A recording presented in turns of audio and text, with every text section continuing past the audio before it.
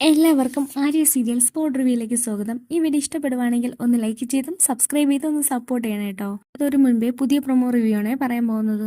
ഗോവർദ്ധൻ ഓരോ കാര്യങ്ങളായിട്ട് ബാലചന്ദ്രനോട് ചോദിക്കുന്നുണ്ട്. ആ സമയത്ത് ബാലചന്ദ്രൻ പറയുകയാണ്, എനിക്ക് വേണ്ടിയാണ് നമ്മൾ ഈ യാത്ര പോകുന്നത്, അത് ആരും അറിയാൻ പാടില്ല എന്ന് ബാലചന്ദ്രൻ ഗോവർദ്ധനോട് പറയുന്നുണ്ട്. ശേഷം ഗോവർദ്ധൻ താഴേക്ക് ഇറങ്ങി വന്നപ്പോൾ ഇന്ന് നിൽക്കുന്നുണ്ട്. ആ സമയത്ത് അലീനയോട് പറയുകയാണ്, നാളെ ഒരു യാത്രയുണ്ടെന്നൊക്കെ പറയുന്നുണ്ട്.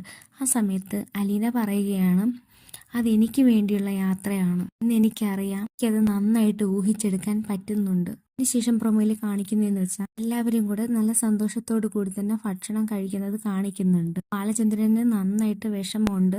അലീന പോകുന്നതിലാണ് വിഷമം. പിന്നെ ഇവിടെ നിന്ന് പോകുന്നത് ഒട്ടും സഹിക്കാൻ കഴിയുന്നില്ല. അതുകൊണ്ട് തന്നെ ബുദ്ധിമുട്ടോടു കൂടി തന്നെയാണ് ബാലചന്ദ്രൻ അവിടെ ഇരുന്ന് ഭക്ഷണം കഴിക്കുന്നത്. അതിനുശേഷം കാണിക്കുന്നത് ബാലചന്ദ്രൻ ആ യാത്രയ്ക്ക് വേണ്ടി പുറപ്പെടുന്നുണ്ട്. ിലേക്ക് കയറി പോകാൻ നേരത്ത് എല്ലാവരും പുറത്തു വന്ന് നിൽക്കുന്നുണ്ട്.